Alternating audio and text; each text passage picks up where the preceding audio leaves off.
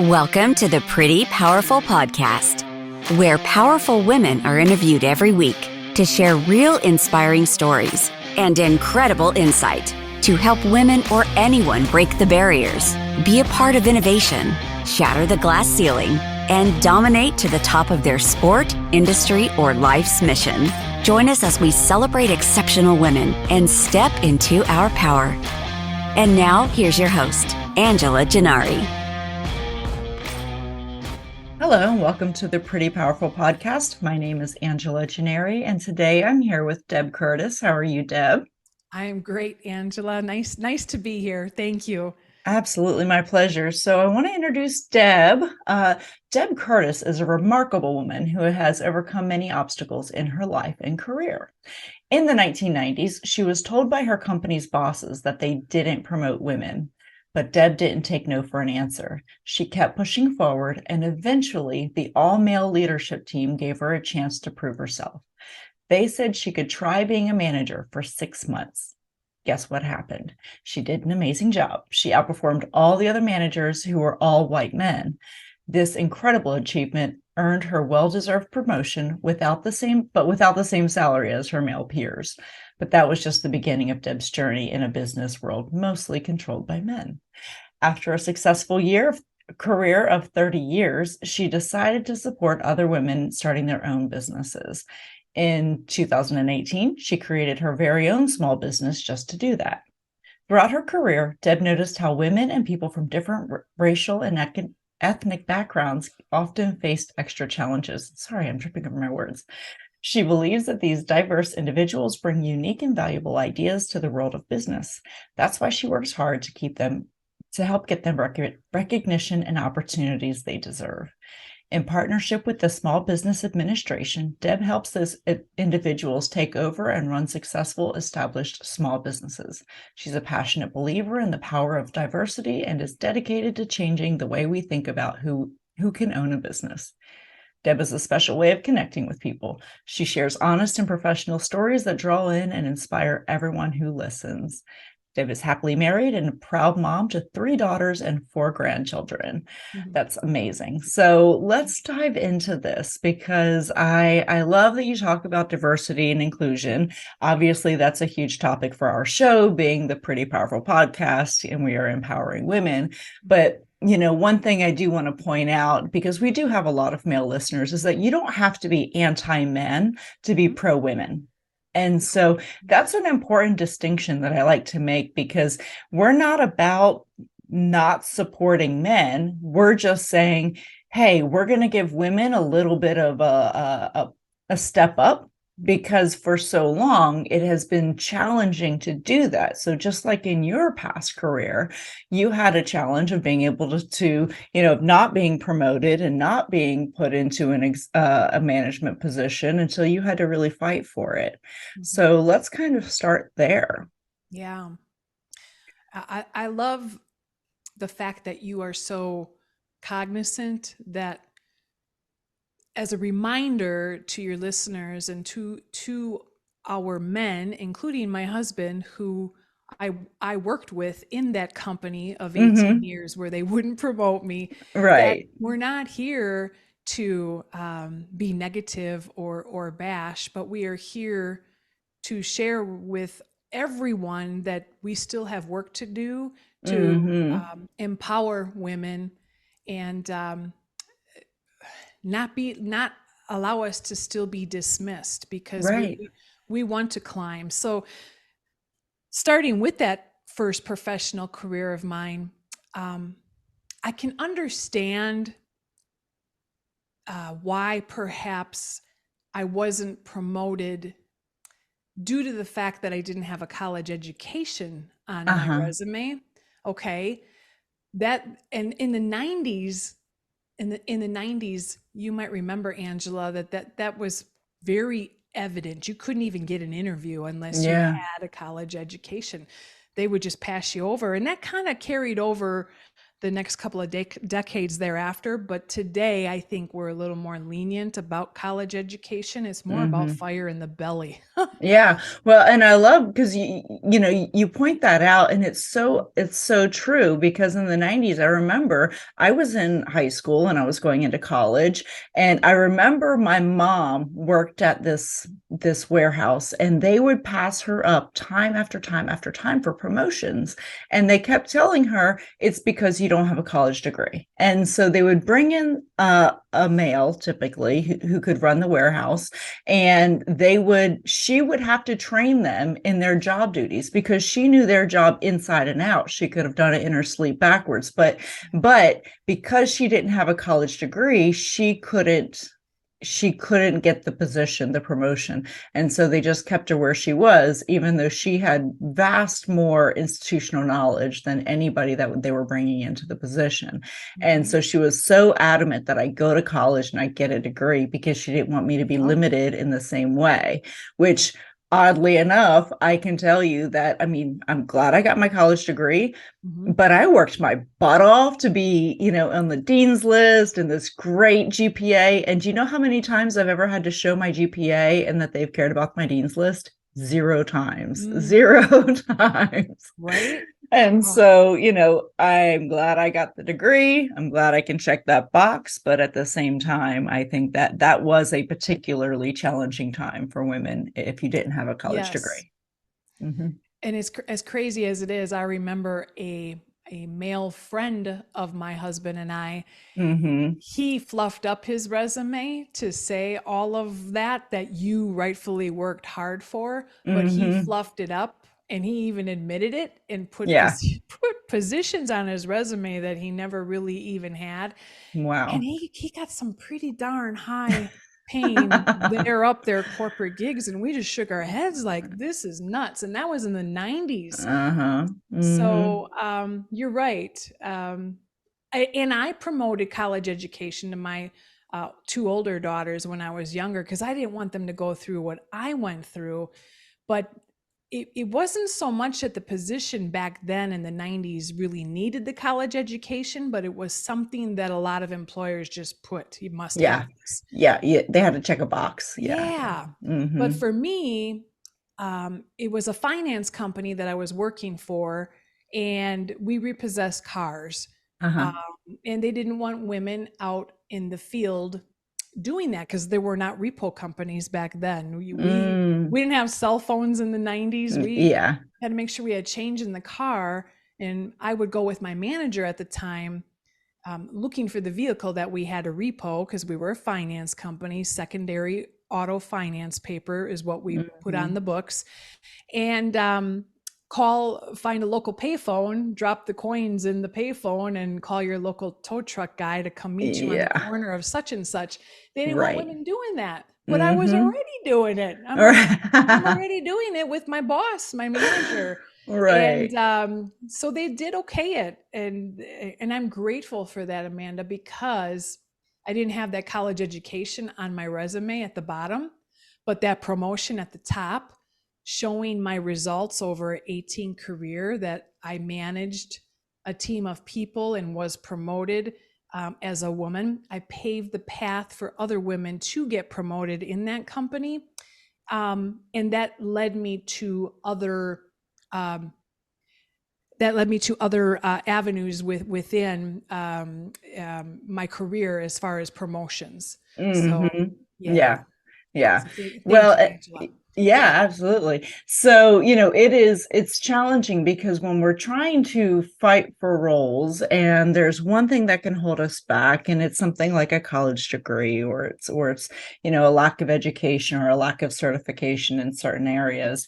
It does weigh on us, because there are times in our life, especially if we start having children younger, it's a little bit more challenging to go to college. You have kids to raise, and you kind of have this guilt of, I can't really set my family aside to focus on my education. And so, the younger you start having children, I feel like that can also make an impact on the ability to get a college degree. And I'm not saying it can't happen, because there are definitely so many instances of people who are doing all of it, Mhm. single parents or married or whomever, and they're going to college and they're getting it done.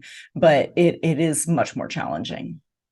Oof, it sure is. Yeah. And, and I think about the 18 years with that first career. I had my two daughters and went on a very, very, very short-term maternity leave because the benefits for women Yeah. that were working in corporate, you just either took it with no pay or saved up Hmm. your 2 weeks of vacation and your sick time. And my two oldest girls are a year and a half apart. Oh, wow. Yeah. So I used up all my time with the first one, Angela. And then when we were Hmm. expecting a second time, I came back to work, I kid you not, within a week because I Mm. had to, or I didn't get paid. Um, Yeah. isn't that Wow. crazy? That's That's what we crazy. went through that.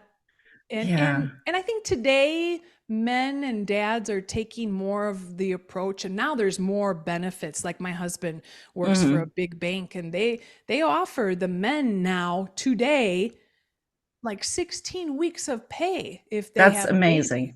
That's Yeah. huge because I think that that's given men the opportunity to come in and contribute to that, because for so long, even if they wanted to, they didn't get any leave. They'd have to take sick days, they'd have to take personal days, but they didn't get any time to spend with their newborn. And so they were missing that ability to create that nurturing connection. And so I think it's wonderful now that companies are doing things like that, Oh because I yeah. think it really is bringing some balance to the pressure of that newborn phase. Yes, and I'm hearing the same for women, the mothers too.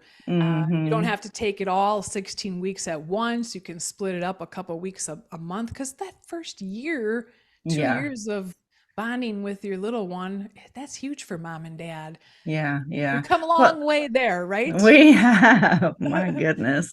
Well, and then you have all the doctor's appointments, and you have the sleepless nights, and when you're going through things, it might actually help to have that banked time to go The back and take daycare another week as calls. you need it. Your daughter Yeah. has a fever of Mm, 100. You got to pick her up right now. yeah, exactly. So, so talk to me a little bit about your past, because I know that your life mantra is God, grit, and grace, and I love that so much. So tell me about where that came from. It all started when pretty much growing up. I didn't really know. I knew there was a God when I was a little girl because my Hmm. parents were married and we were Catholic, and my mom every Sunday would make us all sit in the front pew, and we would get Mm. to church early. And Lord have mercy, if we missed that front pew, it was going to be a long Sunday. Yeah. But I didn't really understand much at the time because I was only 9 years old, but I knew there's something bigger than us. So, Hmm. um, and my parents were married young, and then my mom got involved in drugs and in just the wrong set of people, where my parents ended up getting divorced. Mm. And then my mom uh, abandoned me, and there were threats along the way where I couldn't tell my father, but my father only had like every other weekend a chance to see me. That's the way the Wow. judge had set it up. And over Hmm. time, being the youngest of three, my two older sisters were moved out. And then the oldest one would come home. She was in the military locally, and she would come Hmm. home on the weekends, and every now and then she would see the house was just going to pot. I could Mm. tell you everything that was ugly about it. It's just another sad story of children in our world that perhaps live with parents that have a lot of challenges, and they're growing up in those atmospheres. So over time, my sister finally let my father know what was going on, and I was abruptly given custody to my dad. And then there Yeah. was a 2 year court battle for my dad to win custody of me. So by the age of 12, I had to be the one testifying in court against my mom for Wow. abandoning me. Yeah. So That's rough. Yeah. then, right then and there is when I started to just kind of talk to this bigger something. Mm-hmm. And Mm-hmm. as I got older in life, I often reference I looked for love in all the wrong places. And my Yeah. first marriage ended up being to an alcoholic.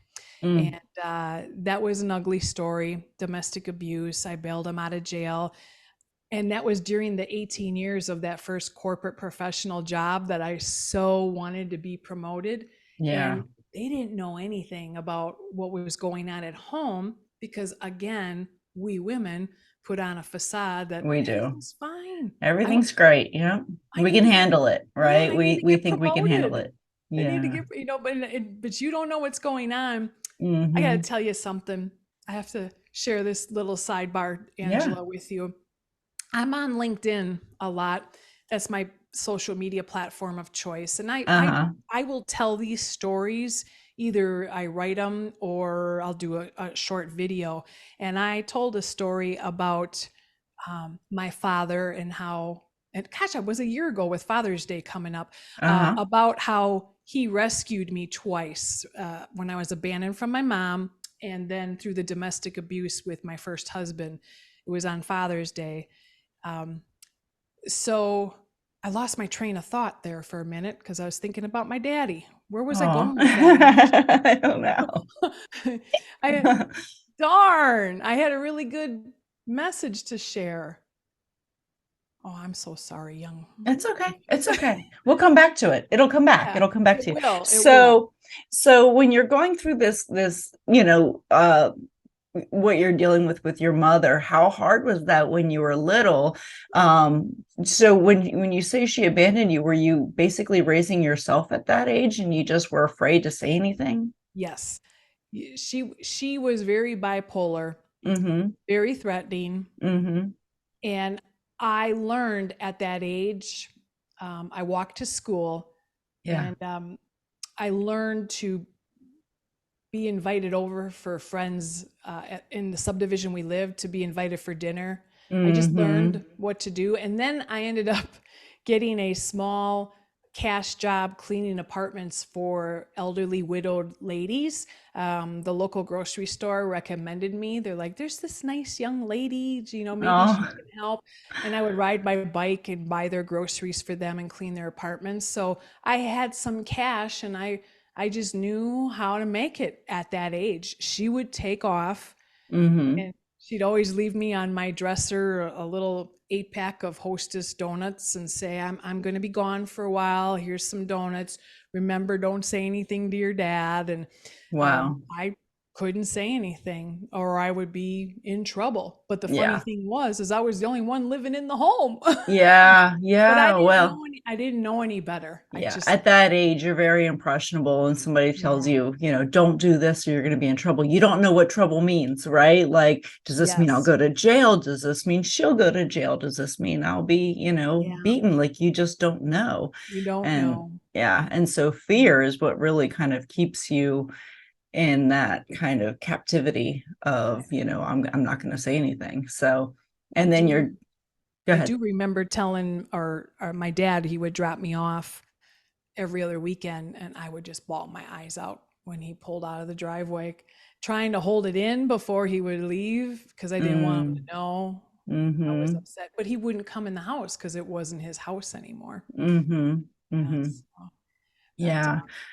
yeah, So your dad picking you up was kind of that like safe space of, my dad has me now. yeah, I'm safe for the weekend, and then, yes, and then you go back to this other life hmm, where you're having to figure it out on your own at a very yep, young age.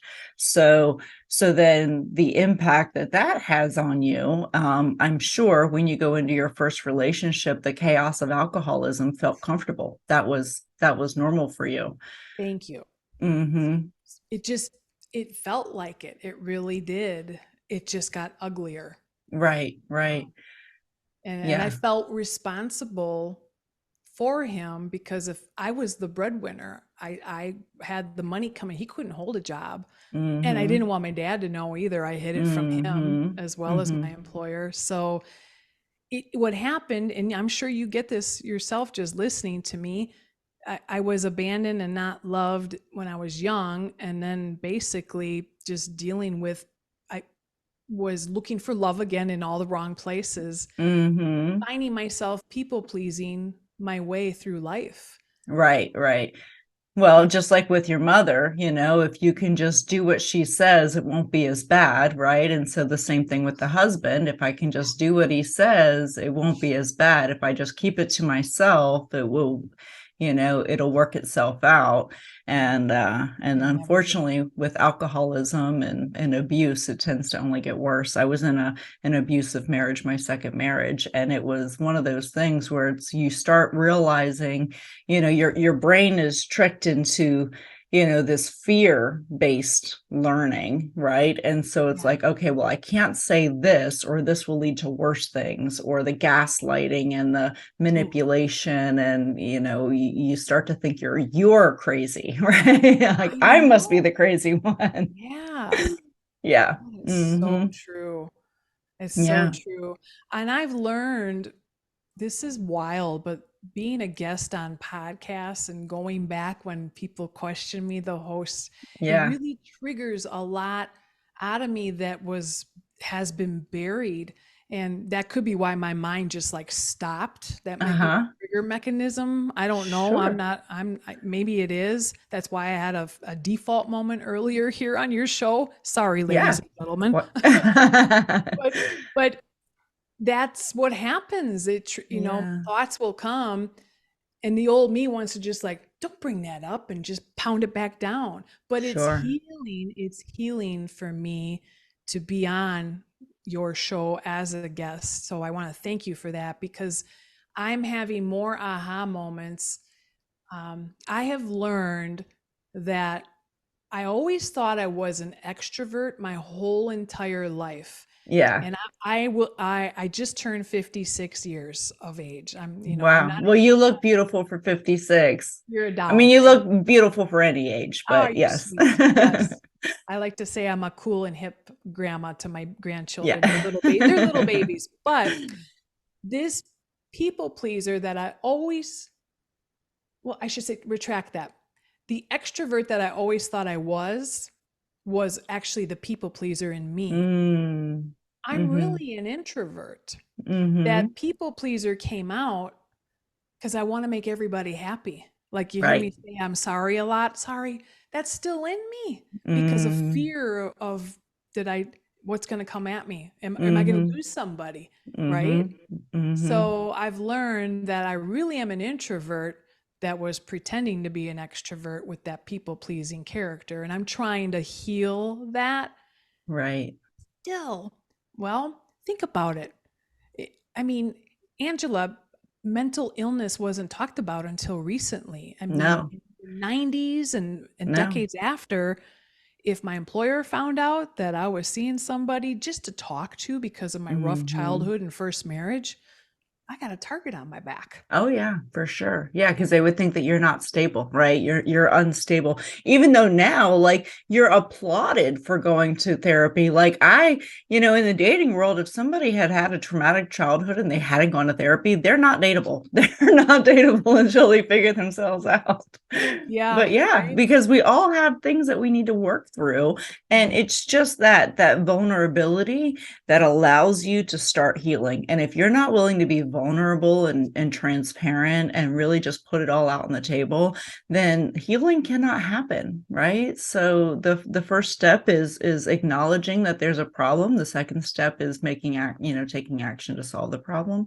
And I want to bring up something that you said. You had said that you apologize a lot. So I recently gave a keynote speech for women, for executive women, and it was about how to stand in your power and 15 tips to stand in your power. And that was one of them. Stop over apologizing. Every time you over apologize, you give your power away. So, instead of saying, I'm sorry, say thank you. So I'm sorry for being late. thank you for waiting, right? So stop saying I'm sorry, because what we do is we put ourselves in a vulnerable position of weakness, and we allow the other person to take the power of, being the righteous one. So, we want to make sure that we're asking for grace, not mercy. And so that's another tip is just, ask for grace. Don't ask for mercy. I'm not asking you, because when you ask for mercy, you're saying you are more powerful than me and you have the ability to destroy me, and I'm asking that you don't. And in grace, it's I'm equally as powerful. I made a mistake as you make mistakes, and let's just see eye to eye that this is gonna, we can get through this. And Right. so, grace over mercy, and power over apologies. And I'm not saying people should not apologize. I think that there's power in the apology itself. But when we over apologize for existing as women, and we do this all the time, we're constantly apologizing. We're constantly in that weakness state. Yeah. We give our power away pretty quickly. So Yeah. so stand in your power. Don't apologize to me. You don't owe me anything. I'm learning still at 56, and I think I'll always be learning. We're always learning, every single one of us. We are all a great big work in progress. Yeah. Um, I do want to share with you that my mom, who abandoned me, she did miss a good 50 years of my life. Wow. Yeah. And March of 2020, when the pandemic hit, she called me, living in a one-bedroom efficiency drug home, but not doing drugs. She's 76 at that time. Now she's 80. And we had to move her in temporarily with us, my husband and my children. And she's bipolar. She was adopted. She's had a rough life. She has polio, a curvature of the spine. And there's a lot of reasons why she was into drugs and alcohol for her own past. She was given up when she was a baby because of the polio, and they just left her on a fire station stair when she was a baby. So that's something you see in the movies that really happened in Chicago for her. So she never had a family, and she abandoned me for that long, and we took her in, and it wasn't easy because I had to learn, how do I do this? But here's the beauty in it all. I forgave her, and we have a relationship today, and I'm so grateful. So similar to you saying, there's power in not saying I'm sorry, right? Saying, as you mentioned, give me grace, right? Yeah, grace. Forgiveness sets you free. It really does. Absolutely does. Yeah. Well, and sometimes you don't get apologies, do you? So sometimes, the person may be sorry, but they just won't say I'm sorry. And so it's forgiving them despite the apology, despite that, and so it's like, I didn't get it, but I'm still, for you, I'm going to forgive me. I'm going to forgive you. For me, I'm going to forgive you. That's exactly it. I mean, she never once said I'm sorry. And I don't know really what was going on in her mind and in her eyes and in her past. I have assumptions and ideas, but we can't do that. But the good news is she's part of the grandchildren, That's good. the greats, and so there's some beauty behind that journey, which absolutely is so the part of that I want to talk about is God, so you talk about grace and mercy, and we talk about, forgiveness, and obviously this goes back to religion, and like you, I had a very transactional relationship with God when I was younger. I would pray for things to be okay. I pray I could get home safely, because I was walking home late at night from practice, and I needed to get home, and my mom worked all the time. So like she was working. So I was kind of raising myself too, and not because she had abandoned, she was just working 3 jobs, and I just, it was just what it was. So I would just pray constantly, but it wasn't because I really understood religion. It was a transactional thing for me at that time. And it wasn't until I got to be an adult that I really developed my faith. So tell me how your faith developed in that and everything that you were going through. Yeah, that's where I think I had that pause. So as I mentioned, it started with the as a child, the Catholic Church, and then the first husband.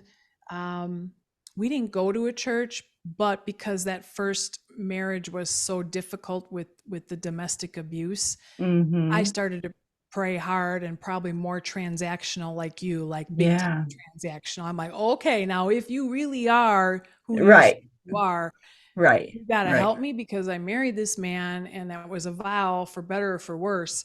It doesn't get any worse than this, at least for me. Right. This Yeah. is Yeah. this is my life on the line. And when the police department says they're not coming back to our apartment because I won't learn my lesson that I need to leave, this is my life. Mm. So I prayed more to him, but wasn't going to a church. And finally, after 3 attempts of leaving him, my dad, who rescued me from my mom, rescued me from my first husband, and got me out of the situation with police. And my big old Uncle Joe, who's still alive Mm-hmm. today. And he's my favorite Uncle Joe. Every woman out there needs an Uncle Joe. I'm going to tell you Uh-huh. right now. Yeah. Yeah. And then that 18-year job that I was working at, one of the men that I had beat with performance just went through a divorce and recognized I was going through a divorce. And he asked me out, but I on a date, and I turned him down several times. And finally, I agreed. It was Valentine's. I agreed. Mm-hmm. And that is my husband today, 30 years later to that. Wow. Wow. And before he started to date me, he was a very big Christian, Really? faithful man. Yes. Went to church all the time. And if we were going to pursue our relationship in the early days, it was a must that I was born again and believed in Yeah. God. And he would, he wasn't like this, put it all in your face, but that Yeah. I do believe that there is a God and I have a relationship. So I did, because I prayed all those years for God to help me and for God to bless me with a family Mm-hmm. that I never had as a child and that I never had with my first marriage. And when I say a family, just some type of a normalcy, Yeah. not abandonment, not domestic abuse. That's not normal. A normal family. And it took years, but God answered my prayer Mm-hmm. with that man in that 18-year first employment job. And here we are 30 years later, and God's still blessing me. I have 4 baby grandchildren, all under 3, and 2 more are on the way come fall. Yeah. So Wow. yeah, so that's where my faith finally locked in, and we were going to several large churches. We Mm-hmm. still have our faith. We still go to church. I sing on worship teams. I love God. He really helped me. That's why my sign says God, grit, and grace. Mm-hmm. He really helped me get through all of those times, and that relationship grew greater with him. And Right. he blessed me Yeah. with my husband that I have today.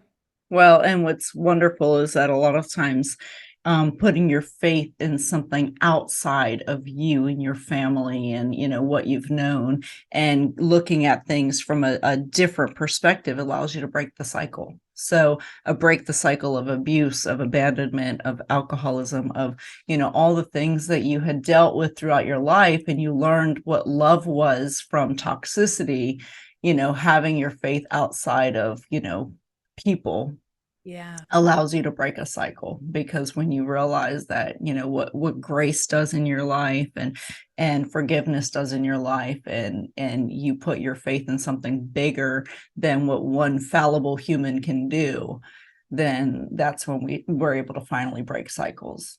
Yeah, I like Hmm. that. That sounds really. So how has your faith shaped your mentoring of women and people of color and the minority population? How has that shaped how you mentor? Yes. First and foremost, I am very public about my faith, just regarding my stories. Hmm.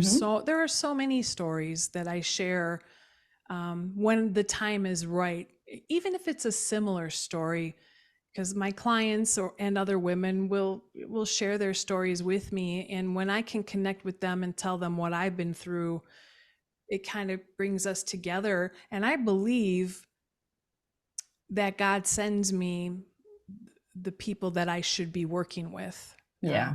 I really do. You know, these are people that that do love God, Hmm. and there have been clients that were like me, curious about Him, and sometimes uh, the road to acquire a business with financing, it's not easy. It's not like a very one application you're done. It takes time and a lot of Hmm. patience. And I've had clients that knew I was stronger in my faith than perhaps they were, and they've become stronger through the process, where I always tell them, you just got to have faith. Just Yeah. have some peace, say a prayer. God is faithful, and Yeah. they like it, they listen, but then when they really need it, then they'll tell me, oh yeah, this time I listened and I prayed. And Yeah. yeah, so um, I will teach that to my clients based on just my testimonies. I'm not a preacher by any means, but Hmm. I am. I can say I'm a sinner, because we all are, but Right. but I'm forgiven, and Hmm. that's really the message. And I want my clients to know that I carry honesty, integrity, and full transparency, because Hmm. I want to go to bed at night with a prayer and Hmm. sleep sound, that I remained who God made me to be, and That's right. not somebody else, right? Hmm. Hmm. That'll get you in trouble. Oh, absolutely. I agree. So tell me what obstacles you've had to overcome in your journey, because I know you worked at one company for 18 years, and I know what those obstacles look like. But when you decided to go out on your own and you started your own small business, what kind of obstacles did you encounter when you're starting your own business? Yes, and there, I'm still encountering them. Uh-huh. I chose I chose my business to be in the same industry that obviously I know from corporate America. I always was in small business banking and small business lending, Uh-huh. SBA lending. I always supported small businesses. So I have grown to really love and appreciate small business owners. Through those experiences, I've seen the good, the bad, and the ugly. Mm-hmm. And over time, uh, as an SBA lender, there's several different credit requests. You can ask for a loan to start up, brand new, ground up startup. You can ask for working capital for a loan from a Right. bank that does SBA lending. But then there was this transaction called, you can acquire an established money making business that's Mm-hmm. selling today. And I found over time, Angela, that the business acquisition transactions, loan requests, had a better ratio of approval because they were just stronger. Profitable. Yeah, there was Yeah. already money there day Yeah. one versus Yeah. a startup. So, through corporate, it was a very male dominated industry. And then business brokers, when I was working in corporate, that's a very strong male dominated industry. And what I realized in corporate was, not only was it internally very male dominated, externally as well. And what I mean by that, the applicant that was applying to purchase, finance, and establish business, the majority of the applicants have been white men. And Mm-hmm.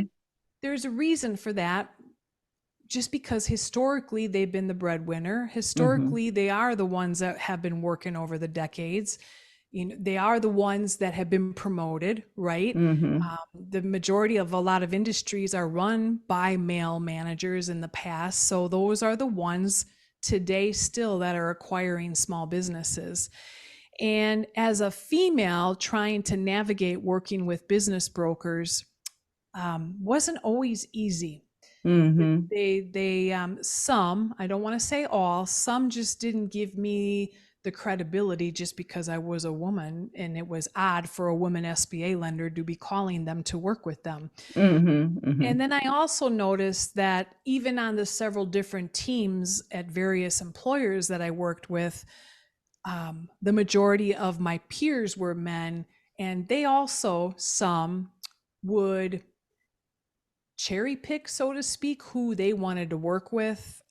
If a woman called, or maybe a certain minority demographic would call for a business loan or to buy a business, sometimes they wouldn't even call these people back. And we're talking Mm-hmm. women. So I recognized that, okay, I need to do something here. I need to split off on my own when that time comes, and support women. I'm diverse. My business is diverse. I will help everybody, but I have a passion to support women and people of color, to help them find a way to acquire these businesses and become the small business owner, versus just what is the norm, which is our white men that have Mm-hmm. come from corporate, from promotions. So that's my story. I established my business in 2018 on a part-time basis, just kind of easing my way into it. And now I have been fully fledged at it on a full-time basis. I help out men, I help out women, I help out everyone. But my passion and voice on shows like this and in webinars is to Mm-hmm. educate women. Number one, women, and then all gender and all backgrounds, Mm-hmm. for fair and equal opportunity. We have to do better. And I'm not blaming the men. It's just that we need to do better. I want to see our government come up with some kind of an education program for women and maybe all other minority populations, to learn how to purchase, finance these established businesses, because 11,000 baby boomers are retiring a day. Yeah. And that's going to continue for the next 5 years. We call this the silver tsunami. It's the greatest wealth transfer in our country ever, Wow. because we're all living longer. And out of that silver tsunami are baby boomers that are selling their 20-year profitable businesses, and SBA will do the financing. That's what I do for my buyers. So I want to level the playing field, if I may, uh, to allow more opportunities for women and the minority population. So if somebody's looking to buy a business, what do you suggest they look for in a business? Yeah. My suggestion is, first and foremost, talk with a business acquisition specialist Mm-hmm. or an SBA lender, but make sure that the SBA lender has experience with these transactions, because they're very complicated. The typical norm, if you Google up how do I buy a business, it, Mm-hmm. Google will tell you, go talk to a business broker, but the business broker represents the seller. So Right. I don't find that a good place to start. I look at it like a first-time home buyer.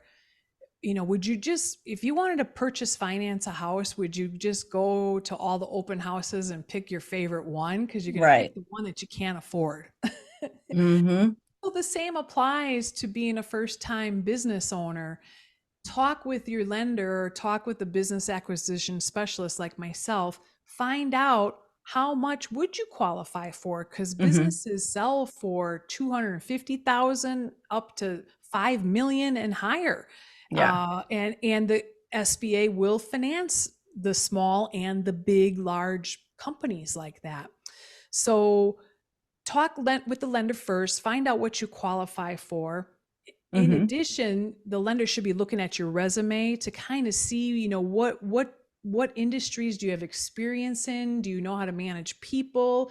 Do you have a love Right. for people? As a business owner, you got to have some kind of love for people, Hmm. managing personalities, right? People first. And then once you have an idea that you qualify for this certain dollar amount and these various industries that you're interested in that match with your experience, then we go to market to find the business that qualifies for SBA financing, because the business cash flow based on the tax returns, that's what the underwriter is looking at to make the payment for your purchase finance transaction. Right. Yeah. And again, the business brokers will tell you everything great about that business because they're going to make an income when they sell it. But Hmm. your lender, your acquisition specialist is on your side, and they know what's going to qualify with the SBA underwriting process. So that I highly recommend start with representation on your side, Hmm. and zone in on what you qualify for. Otherwise you're going to be shopping for the wrong stuff and be told a ton of stuff from brokers that it's the best sliced bread and the loaf that's on the market. Yeah. Yeah. So Yeah. Well, I think it's important that everybody do their due diligence no matter what, because yeah. whether you're buying a house or a business or, a car, you need to do your due diligence and do the Mhm. background, because it's kind of buyer beware. You don't want to get 2 years into your business and realize that, there was some significant issue that should have come up but Yeah. didn't. And now you're dealing with repercussions of that. Mhm. So, Yeah. Do you think today, I mean, I know my husband does, just like small business service businesses. I made the mistake last fall, and we have a new fireplace we put into our home. So uh-huh. I just called as a woman, a local small business, to order some firewood, and they told me the price and they said they would deliver it on Monday. And I thought, this is great. I can't wait. And then my husband came home the same day that I ordered it. Yeah. What did you pay for it? That's the first thing he asked. What did you pay for it? And I told Yeah. him. He goes, that's bullshit. Uh-huh. So what does he do? He calls them and they drop the price way down. I'm like, Wow. so why is that still happening? I mean, this was just last fall. And I'm like, my husband's always like, don't call for it anymore. Let me handle that Yeah. stuff. I'm like, really? I'm like, but why? Why does it have to be that way? I just, Well, so I think that there's two ways to think about it. Number one, I think there are some people who will always try to take advantage, right? So whether yeah, it's a woman answering the phone or an elderly person, or, true. my son is 16 years old and he owns his own business, and he has challenges with people taking him seriously or giving him a good price on things. Now, Okay. he's a very savvy 16-year-old. He's owned his own business for 3 years now. So That's I mean, great. he's a smart kid, but I will usually go behind him and make sure that whatever pricing he got was fair. But I am also a big believer in negotiating. And I think women can be absolutely the best negotiators because we're a little bit more disarming. They're not expecting it to come from us. But anytime I used to negotiate for cars, I'm actually the person most people will call that are, my ex-husband, my mother. They'll call me to come negotiate their cars because I love it. I will negotiate. And it can be disarming, but I think that the better negotiator you are, Yeah. and kind of, you can be disarming with it. You don't have to go in there and strong arm them, but you can be strategic and strategic negotiating is very important. And so, and with negotiation, I feel like everybody wants something out of it, right? And so as long as you can figure out what do they want, right? They want to make a sale, but what is it that you want the firewood. And so it's like, how can you give them what they want, but you get what you want at the best price? And they may give up something like, hey, how much would it be if I picked it up? Because maybe they just didn't feel like, maybe they didn't have a driver that day, and they'll give you a great price if you just come pick it up. And so it could be just something similar where find the way to find the angle. I used to say everything is negotiable, or go into a mattress store, and I'm usually going to walk out paying half of what they have listed. So everything is negotiable. My husband would get along with you really well. He's the negotiator. Everybody that needs a car calls my husband to do all that. But I think there's power in it. I think there's power in asking good questions. So like, I think it all comes down to the questions that you ask. And I always say, if you want a great answer, ask a great question. And so if you can go in and ask really good questions about and find out exactly what their motivations are, then you can negotiate pretty well. Yeah. Good for you. That's great. I love your strength, Angela. Thank you. If I could have a third of it, I would stand tall. Well, thanks. I think this comes from my mother, who, like you, I was left to kind of do a lot of it on my own. And again, it wasn't because she was doing anything out of malice. She just always had to work. My father had not been around. And so, he chose to leave when I was 2. And so left 3, 2 little girls and a mom to figure it all out. So we did, and we're tougher for it, but we haven't done everything right, that's for sure. So what advice would you give to your 18-year-old self? Oh boy. That's a good one. Oh boy. I'm there's a lot going through my mind right now. You need to believe in yourself. Yeah. And take action sooner on something that doesn't feel right. Oh yeah. That's really great advice. Yeah. Because like you said earlier in the show here, you just want it all to work out.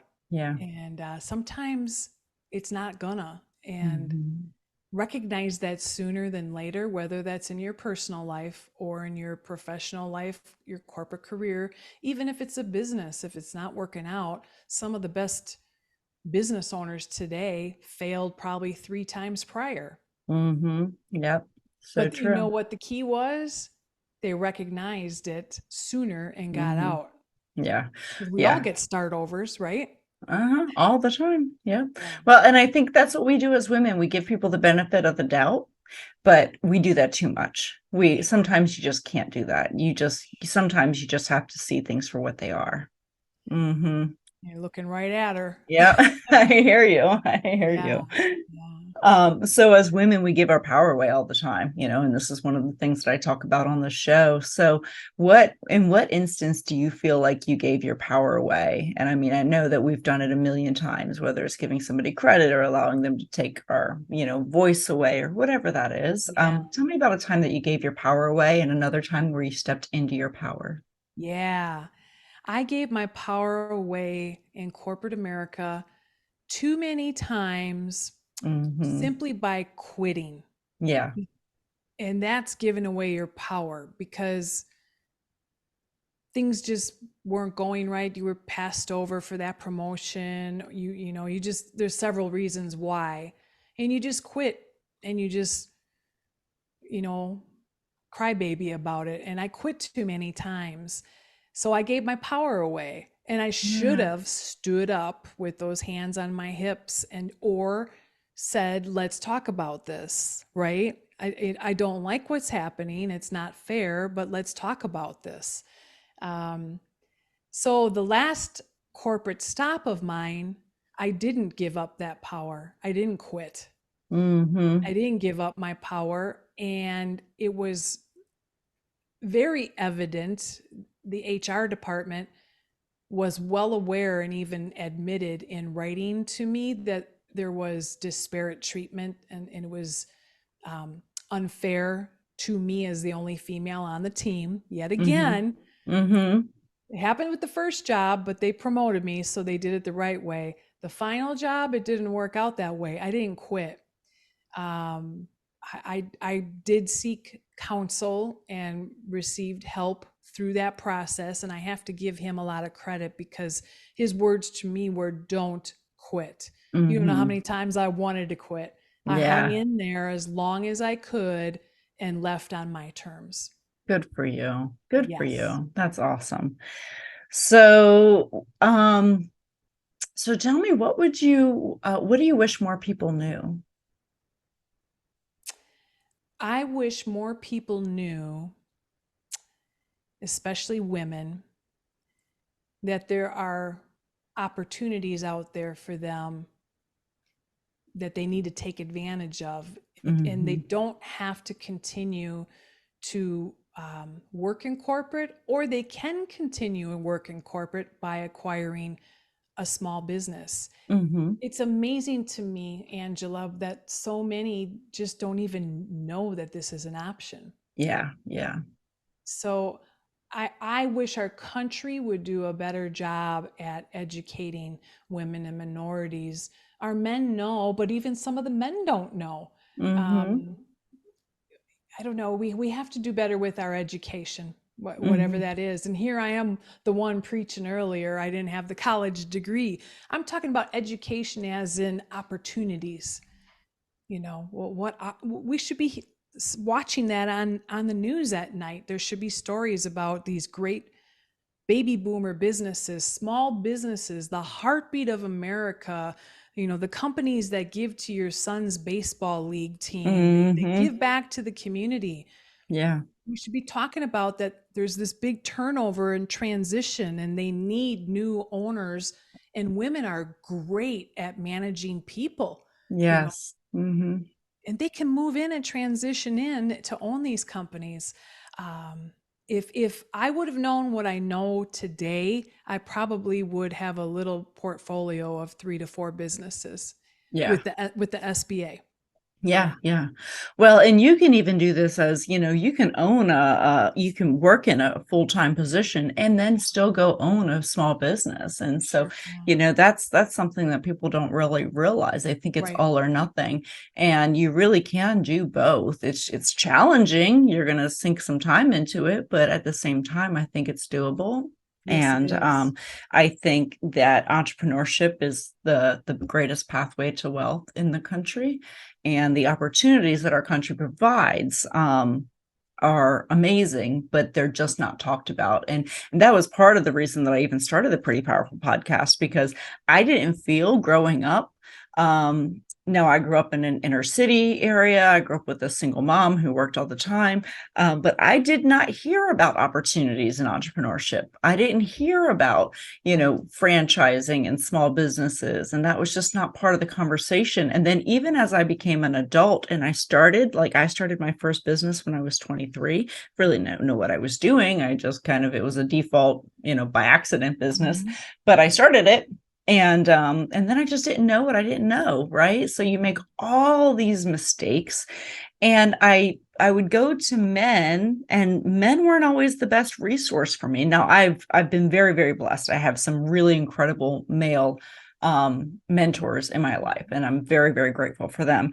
But it wasn't always working out, and I didn't have women to go to. And so, when your conversations with your friends, right, as a woman, I call it the bus stop conversations, the one that you have when your kids are little and you're waiting at the bus stop and the Yeah. moms are all there and they talk about, what is little Johnny doing this summer for vacation, and what sports are your kids playing, and what's going on, with the HOA and the, Yeah, oh, the right. bus driver's going to retire and the Yeah. teachers are this. And And it's almost like you're afraid to say anything about like, hey, I'm going through some things with my business and I'd love to talk about it. You're afraid to say that because you feel like, you're so far in left field from where the typical mom conversations go that you're like, I'm going to lose them, right? I'm going to lose friends because I'm going to be the outlier. And so you're afraid to bring it up in the bus stop conversations, but it's on your mind and you're like, I need to be able to vet some thoughts. And, but having a safe space to do that is challenging as a woman, because it's not our natural conversation, right? Our natural conversation is kids, school, teachers, community, and husbands, but we're not talking about finance and business and loans. And, we're not talking about that. And we should be, and this is where we can elevate the conversation and why, I want to feature women like you who are out there doing great things for women and helping them to see what the opportunities are. Yeah, that's wonderful what you all just said, because I think of me doing what I'm doing in an all male industry. Sometimes these brokers, when I talk to them, they're like, who is this girl? Yeah. they're not used to it. They don't believe in me. I feel that too. Like, does she really know what she's talking about? Listen, I'm not a know-it-all, but I know enough to do what I'm doing for my clients because I did it for 20 years in corporate. That you can't learn in school. They don't teach you how to purchase, finance, and establish business at college universities. They just don't. You learn it as you go. So I believe we're coming around the mountain, though, Angela. There are more women business brokers and more women. We're coming around the mountain. For sure. I agree. Yeah. Well, this has been such a pleasure, Deb. I've really enjoyed talking with you. So tell me, how can our audience find you? Oh, sure. My website is my name, debcurtis.com. And my email is deb@debcurtis.com. My favorite social media platform of choice is on LinkedIn, but all my social channels, my handle is at Deb Jojo Curtis. My middle name is Jo, J-O, so it's Deb Jojo Curtis. The grandkids call me Jojo instead of grandma because Jojo just sounds better. Well, it's a cool name. So yeah. Awesome. Well, thank you so much, Deb. You've been such a pleasure to talk to. I've really enjoyed our conversation today. And everyone can see us on the prettypowerfulpodcast.com. And if you go to prettypowerfulpodcast.com, you can also see Deb's links will be on there as well. So you can always reach out. So thank you again for your time today. I've truly enjoyed it. And I wish you nothing but incredible success. And thank you likewise, Angela. Take care. All right. Bye, guys. Have an amazing day. Thank you for joining our guests on the Pretty Powerful Podcast. And we hope you've gained new insight and learned from exceptional women. Remember to subscribe or check out this and all episodes on prettypowerfulpodcast.com. Visit us next time. And until then, step into your own power.